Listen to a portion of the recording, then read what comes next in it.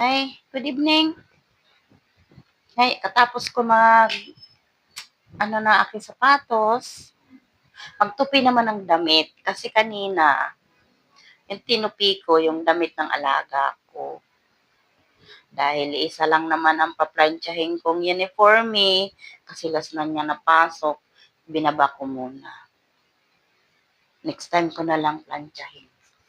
Diba guys? Init. Tutupi muna ako ng damit. Huwag ka matumba. Tupi-tupi muna pag may time kasi linalagay ko lang kasi na hindi nakatupi. Tinatamad kasi ako. Ewan ko ba? Pag sarili kong damit. Tamad ako. Pero pag nasa bahay ako, sa summer, mga damit ng mama ko, kahit lang anong makita ko, tinutupi ko. Pag wala lang ako magawa. Pero kapag ano naman, sinisipag!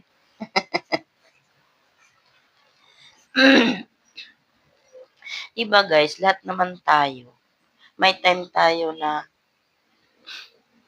alam mo yun na may gagawin ka, kahit tapos mo na ginawa, uulitin mo siya. Ayan, dumi. Ayan o siya, yung kusot na kusot. Yaman siya. Samantala sa probinsya, hindi nagsusuot ng damit nang hindi nakaplansya. Ngayon, sad na kasi yung plancha ko sira na. Wala na, pati yung heater ko. Hindi ko na nakita yung pag-uwi ko. Hindi ko alam kung nasaan. Isa kong electric fan, sira na rin. Sabi nga ng kapatid ko lalaki, wala na, kinalakal ko na. Salbahe. Salbahe talaga yun. Sana lang yung natitira kong gamit. Hindi ko alam yung rice cooker ko kung gumagana. Pero di bali, mayroon naman ako. Bumili ako ulit.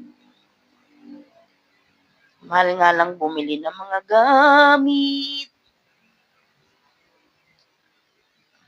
Bumili ako ulit. Tapos may utang sa akin si Andrea. May rice cooker sila. Yun na lang inano niya sa utang niya sa akin. O di ba? Para makabayad siya sa utang niya. Iba ang bigay, iba ang utang. Di ba guys? Ano lang talaga.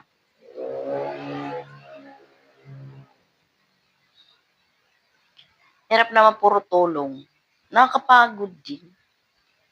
Tulong ka ng tulong, wala naman na ibabalik.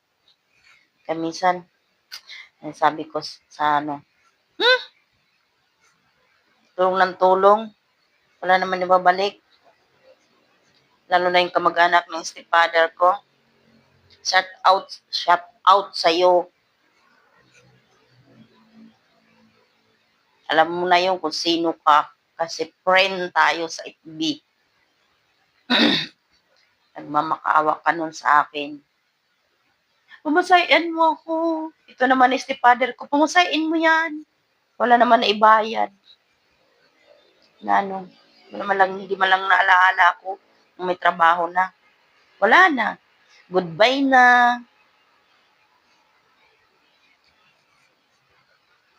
Kaya minsan nakakapagod tumulong. Hindi ka man lang magawa. Kumustahin, hoy? Di mo nyeta ka. Ito yung utang ko sa'yo. Wala, didma.